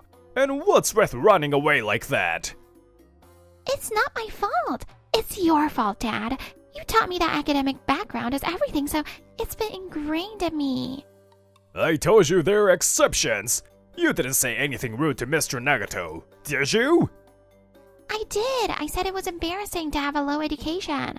It couldn't be helped. I didn't know he was a famous architect at the time. What have you done? Well, see? He didn't seem to mind it much. It's okay. Don't you understand that Mr. Nagato was just being mature about it? Wait a minute. The fact that he wasn't unkind to Yuzuki after her blunder means there might be a chance. Yuzuki, you don't have any prejudice against Mr. Nagato now, do you? What do you think of him as a man? Well, he's such a famous person, and he must have a lot of money. I'd practically beg him. Alright, let's proceed with the marriage proposal. A marriage proposal? That's a bit sudden. It's the perfect marriage of convenience for our company, and Yuzuki herself doesn't think he's a bad match. It's a win-win situation. That may be so, but I wonder if he'll accept. Don't underestimate my negotiation skills. I've built this company from the ground up. I'll definitely make this marriage proposal happen. Really? The wife of a top-class architect? I like it. Dad, do your best. 2 months later, Mr. Arakasugi and his daughter visited a certain rural town. It's cold, even though it's spring. Where is this place? Dad, is this really the designated spot? Mr. Nagato agreed to the marriage proposal. We have to go wherever he says. Even so, it doesn't make sense to designate such a rural area as a meeting place. I wonder why this place too. But don't complain. You have to put up with anything until we are officially married. I know that. Wow, look at the distant mountains. They're still covered in snow. They really are. No wonder it's cold. Yuzuki, do you have any connection to this countryside? Of course not. Do you? No, I don't think so. But what kind of surprise is Mr. Nagato planning? We've arrived. Huh? Here? There are a lot of people gathered. What's all the commotion? Huh? Everyone's glaring at us. Why? Is it my imagination? It's not your imagination. The residents of this town have been waiting for the people from Arakasuki Construction. I stepped forward, representing the gathered residents. Welcome. You must be tired from your long journey. Mr. Nagato, what is the meaning of this? Does this scenery look familiar to you? Well, it looks familiar, but I'm not sure. The slope of that mountain over there used to be a thriving ski resort. It certainly was a ski resort, but I don't ski, so I don't really know where. The parts still covered in white snow are where the slopes used to be. Yes, and? Look closely. Do you see anything under the snow? That's... Oh, I remember now. Our company might have installed those. That's right. Thousands of solar panels have been installed on the vast treeless slope. Is there a problem with that? There are many cases where closed ski resorts and golf courses are turned into mega solar farms. There may be some effective reuse examples, but you see, this is a snowy region that's cold even in spring. So what? Cold regions need eco-friendly power. Mega solar is perfect, isn't it? The problem is that the president has such limited knowledge. Snow accumulates and becomes incredibly heavy. Look closely at the panels. What are you trying to say? Yes, they're tilting, because they can't withstand the weight of the snow. Even if they weren't collapsing, they wouldn't function with snow piled on them. Moreover, considering the short daylight hours in this region during winter, it was reckless to build a mega solar farm in the first place. That was the decision of the person in charge at the time. You gave the go-ahead, and don't you forget that there was an employee in your company who strongly opposed this construction. Well, unfortunately, I don't remember that. There's no way you don't remember. Madoka, who had been hidden in the crowd, stepped forward, raising her voice. She glared at the president with a sharp look I had never seen before. President, it's been a while. I'm Mine Madoka. I won't let you say you've forgotten. You're the mastermind behind this grand performance, dragging even Mr. Nagato in it. That's right. This is my hometown where I was born and raised. I've known everyone gathered here since we were children. It's a fact that the ski resort, which was the lifeline of this rural town with no tourism, closed down, and everyone was almost left with nothing back then. But I strongly opposed the company's policy because building a mega solar farm on a snowy slope is too dangerous. Do you remember? Well, did something like that happen? I appealed directly to you, President, many times, but you wouldn't listen, so I submitted my resignation. The collapse is just a consequence. It makes no sense for an employee of our company, who stands to profit, to oppose it. I wouldn't have opposed it if the company had taken full responsibility until the end, but after the installation, you completely abandoned the management to another company. It's too irresponsible to make a huge profit from the installation fee of the solar panels and then pretend you don't know anything about what happens afterward. Grr. We could have reforested the former ski resort site and returned it to its natural state, but now we also need to remove the panel equipment. The hurdles have been raised. Moreover, the management company you designated is out of contact and has disappeared. How do you intend to take responsibility for this environmental destruction? I've thoroughly investigated your company. You're buying up abandoned ski resorts, aren't you? It looks like you're the savior of the struggling snow mountain industry. But in reality, you're buying up mountain slopes cheaply, building mega solar farms, and planning to escape before they collapse, right? No such thing. What evidence do you have? This is troubling. I can't be slandered based on speculation. Madoka and the residents here are witnesses. I'll have the media report on this extensively, and I'm recording this conversation right now. The president visibly flinched and fell silent. The worst media and recordings seemed to have hit him hard, and he finally gave up. I apologize for luring him here under the pretense of a marriage proposal, but I needed to show the person involved this disastrous situation. Oh, wait a minute. The reckless mega solar project here was Dad's decision. It has nothing to do with me, right? Unfortunately, it's not very convincing, coming from someone who was scheduled to become a director of a mega solar company that pretended to revitalize ski resorts. You've investigated that much?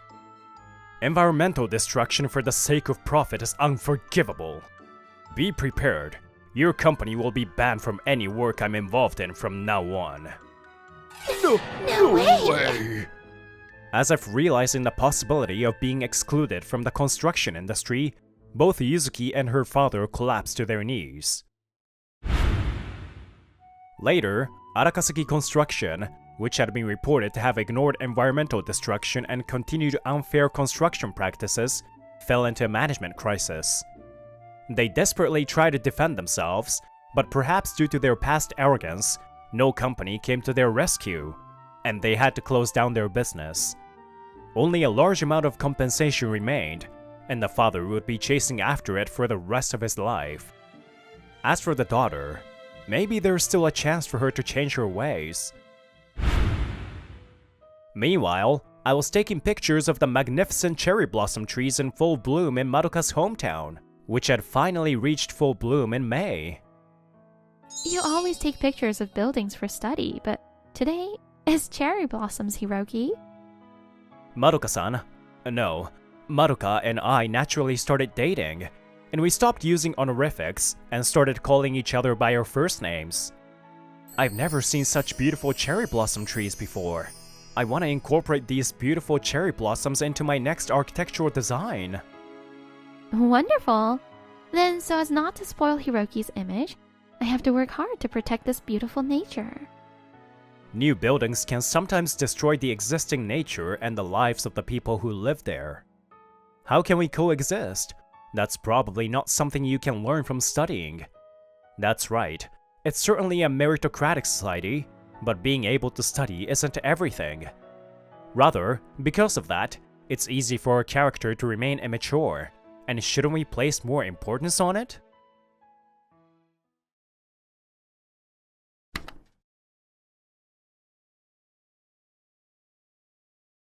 Arimi, I can't. Let's break up.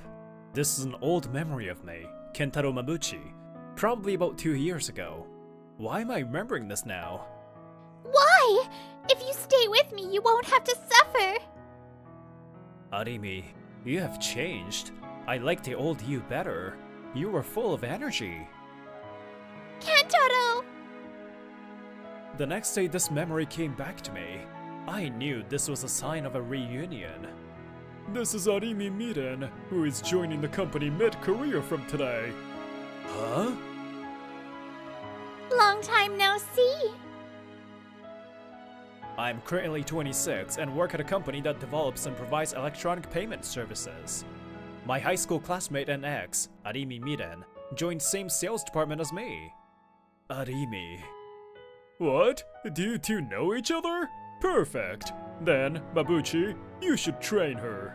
What? My boss said so casually. After she finished greeting others, they returned to their work. I'm happy to be able to meet you again at my new job. We are bound by fate after all. As soon as there were no more people around, Miden snuggled up to me. I'm surprised too. What a coincidence. It can't be a coincidence. I came because you are here. I asked my father to help me join this company. For some reason, Miden's father started his own company and became a huge success. The company is said to be still growing rapidly. Apparently, her father and an executive at her company knew each other, and he got Miden to join the company. Because I'm here? When I was caught up in Miden's words and tried to ask her back, a female employee called out to me. Mabuchi-san, sorry. Do you still have enough brochures? Yeah, I still have them. Thank you. At the same time as I responded to the female employee, I heard a burst of laughter coming from the side. What is that? Those peeling nails? Maybe you're doing it to yourself to save money?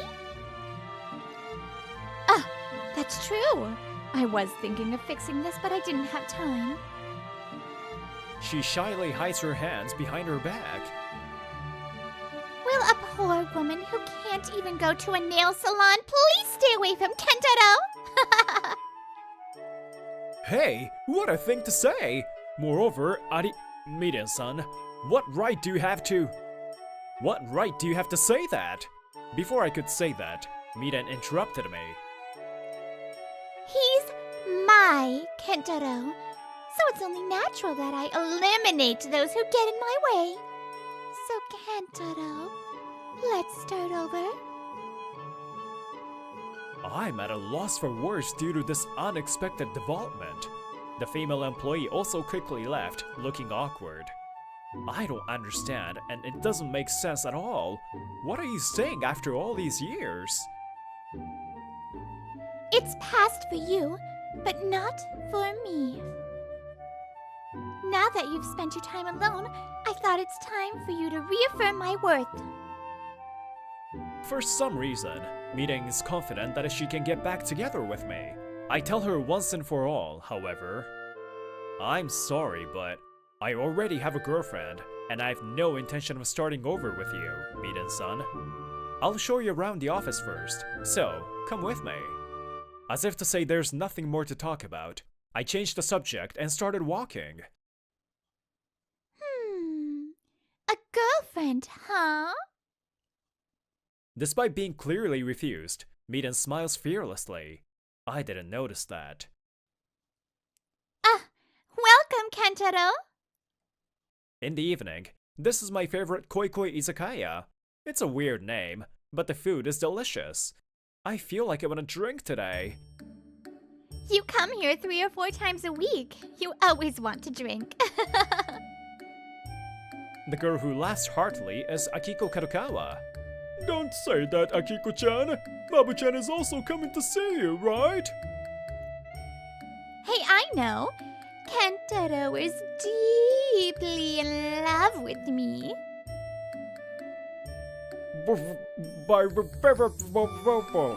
Translation: I'm jealous of you two. How did you get that? Even so, don't dribble with the customer's chin, Akiko. I'm really sorry that they are stupidly in love with each other. This is the store manager and Akiko's father. Regulars affectionately call him Kachan. And as you may have guessed, Akiko is my girlfriend. But Akiko's mother passed away when she was young, and Akiko had to work hard here with only me by her side. Apparently, this pub was originally a diner, and Kachan's wife, Akiko's mother, was a regular here. And she fell in love with Kachan and they got married. That led to a shift to izakaya. However, Akiko's mother was in poor health, and she passed away when Akiko was young. When she was little, she was often teased because we were so poor, so I felt so sorry. Despite that, she has grown up to be such a wonderful woman, and now she even has a boyfriend. Here it is again. I've told you many times that everything is okay now thanks to Mom's teachings. Hey, Kachan, your tears will probably make all the food salty. This izakaya really feels cozy. The whole store is filled with warm laughter. Koikoi Izakaya is always like this. Attracted to Kachan and Akiko's personalities, the pub is now crowded with regulars every day. I like this atmosphere. Kentaro! It's lunchtime now, right? Would you like to go with me? 1 week since Miden joined the company. I had flatly rejected her, but it seems like she still hasn't given up. It's okay, I have a bento. Besides, we're at work, so don't call me Kentaro. Bento? Kentaro, have you started cooking? Or is it your GF? I went to Koikoi Izakaya yesterday and Akiko gave me this bento. Yeah, so what? At the same time as I nod, Miden puts her hand on my lunchbox and spreads it out without permission. Hey, what are you doing? What is this? Only boiled and brown colored foods? Is your girlfriend a granny? Do you really enjoy making fun of others like that? I'm not trying to make fun of you. I'm just stating the facts. Miden snorts and answers me without any malice. Are you still dragging the past? That doesn't mean you can vent your anger on others. Stop! Shut up! Even if it's you, I won't let you bring up the past!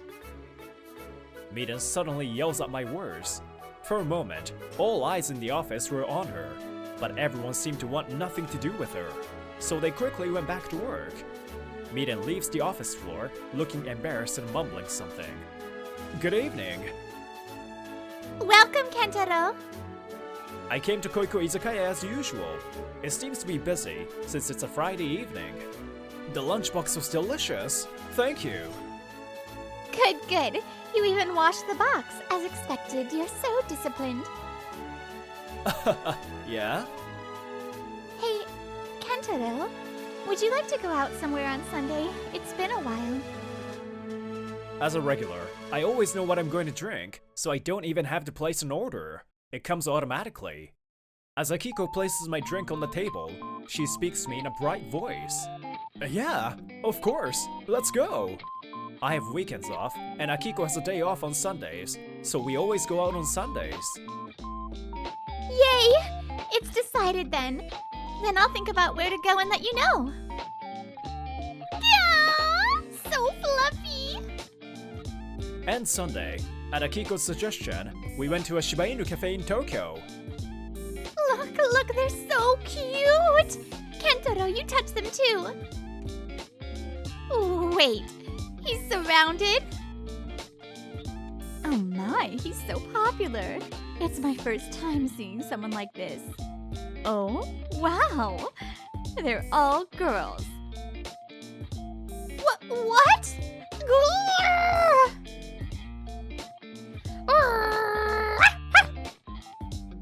Hey, stop threatening the dogs. Oh, she fell asleep. So cute. Do you feel a little better? Huh? As I was petting the Shiba Inu that had fallen asleep on my thigh, Akiko said that. I realized you've been feeling a little tired lately. You didn't seem to be feeling well at the pub either. Akiko. As expected of a customer service professional, Akiko sees people well.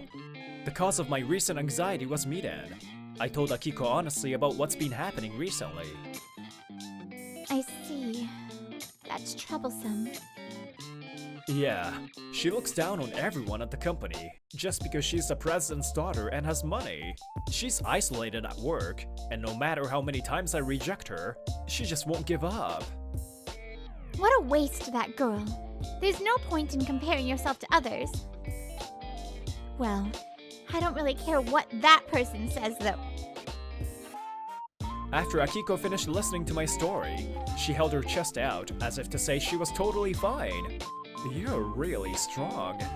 I really like that about you, Akiko. Kentaro.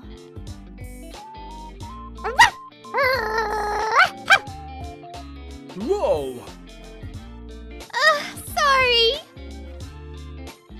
Are we gonna fight again? Grrr. I said stop fighting with dogs! I was touched by Akiko's kindness, and my feelings for her grew even stronger. Meanwhile, I found it! Kantaro is mine. There's no way a poor girl from Izakaya can make Kentaro happy. Miden was plotting something. A disturbing shadow was about to reach our happy lives. Welcome. Are you alone? Yeah. Take this seat then.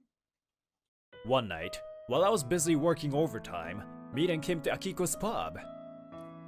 What would you like to drink? Huh! What's going on here? Is there only cheap alcohol like this? Isn't there a Romane Conti? Romane Conti? If that's what you want, you might be at the wrong place. Well, water is fine then. I don't want to drink something weird and get sick. Okay. Akiko and the regulars next to her were stunned. Oh, hey, Akiko-chan, what is that customer? First time here? A regular who was listening to the series of exchanges got worried and quietly talked to Akiko. Yeah, the clothes she's wearing are brand name items and she wants Romane Conchi. Maybe she came in by accident and feels awkward to leave. Hey, Akiko, don't you get angry easily and get into trouble with customers, okay? I won't! You always say customers are gods. While parring Kachan's joke, Akiko brings water to Miden. Sorry to have kept you waiting. Have you decided to order your food? Before that, I seem to have dropped an important branded ring on the floor. Could you look for it for me? What? You should do that yourself. It's okay. Thank you. Excuse me for a moment. While thanking the regular who tried to protect her, Akiko begins to search for Miden's ring. Then, Miden's hand violently knocks down the glass. The water spilled from the cup and dripped down, soaking Akiko's shoulders. Oh, I'm sorry. My hand slipped. Hey, didn't you do that on purpose? On what basis? It was an accident. Akiko slowly raises her head, confused. Miden speaks while looking at Akiko. Anyway, you're covered in water. That looks good on a poor person like you. Are you Kentaro's girlfriend? I came here to tell you this today. Poor people are no match for him. Break up with him. Huh?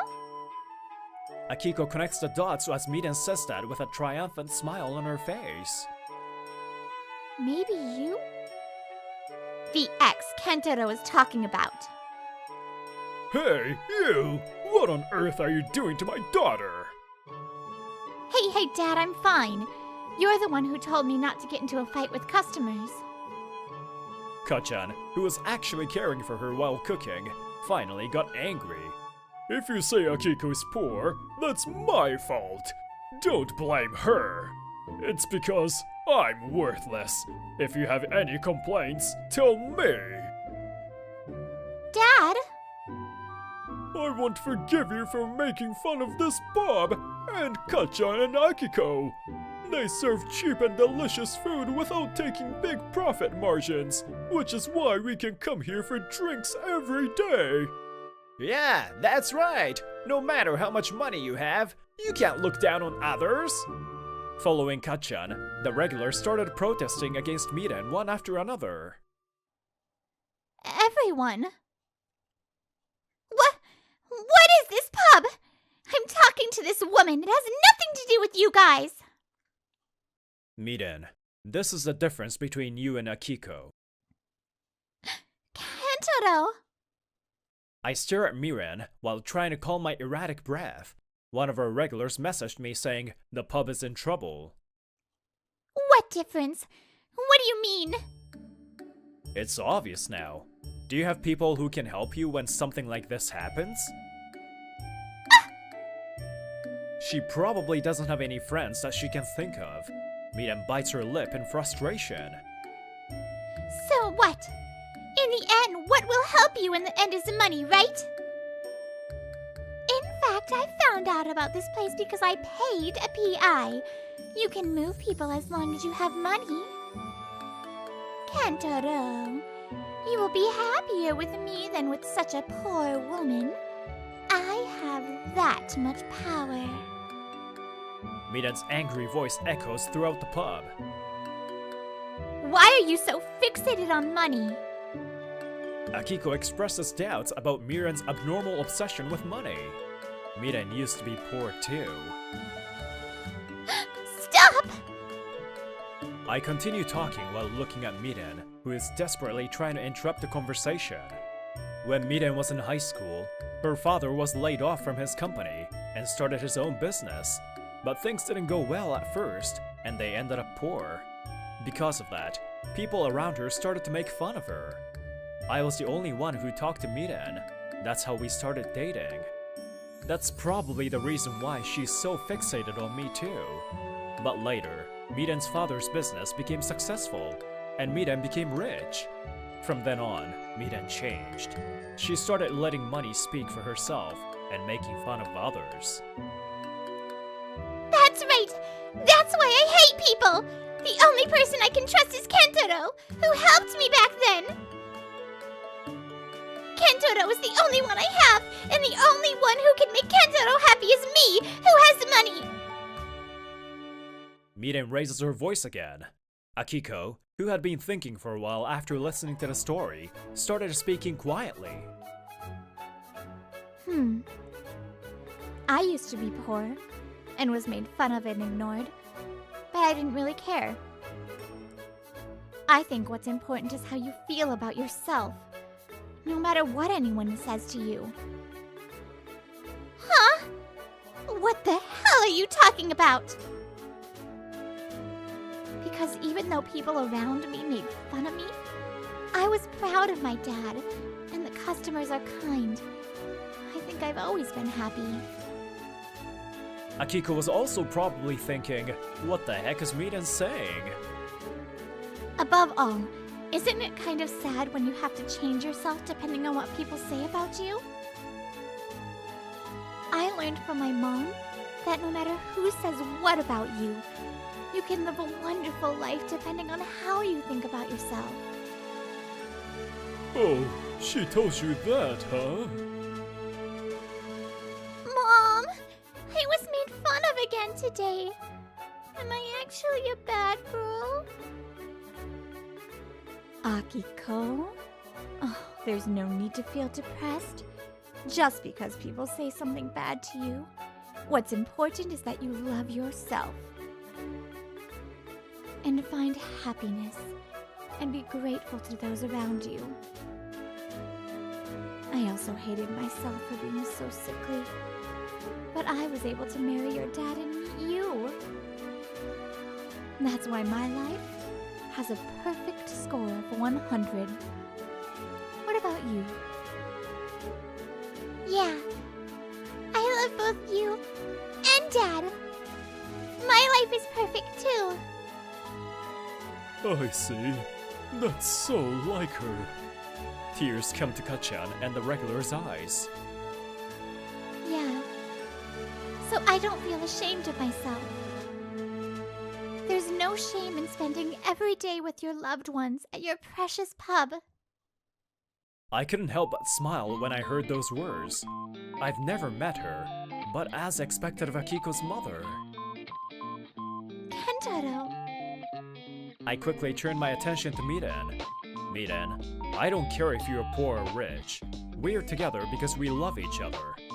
In the first place, I don't want to be with someone who takes revenge on others. Wait! Kentaro! I only have you! I have nothing more to say. You're causing trouble to the pub. Please leave. I guess she couldn't argue back. Miden still seemed to want to say something, but she quietly left. I'm sorry. I caused trouble to you. Well, that's fine. The customers are forgiving, and above all, I heard a good story. I apologize that Miden caused so much trouble to them. Katja and the regulars were really kind, and they all forgave me. At least I hope this will be an opportunity for her to change. After that, when Miden realized she can't get back together with me, she quickly quit her job. It seems like she doesn't have any friends to listen to her stories, so she just became depressed and holed up at home. Well, that's punishment for making fun of those around her. I too hope she changes. Well, Akiko-chan's story was really moving. Yeah, as expected of your wife and daughter, Kat-chan. Mabi-chan, there's no other good girl like her, you know? You should be quick to make her yours completely. You know what I mean? Huh? I already proposed to Akiko. Didn't you know? What? The surprised voices of Katchan and the regulars echoed throughout the pub. Yeah, it was just a short while ago. Huh? Akiko, haven't you even told Katchan yet? I was so happy that I forgot to tell him. You idiot! What kind of daughter would forget to report her father such an important thing? As long as you live, you may face unreasonable things. But in times like that, I want you to find happiness and think positively. I think that having a mindset like that will make a big difference in your life.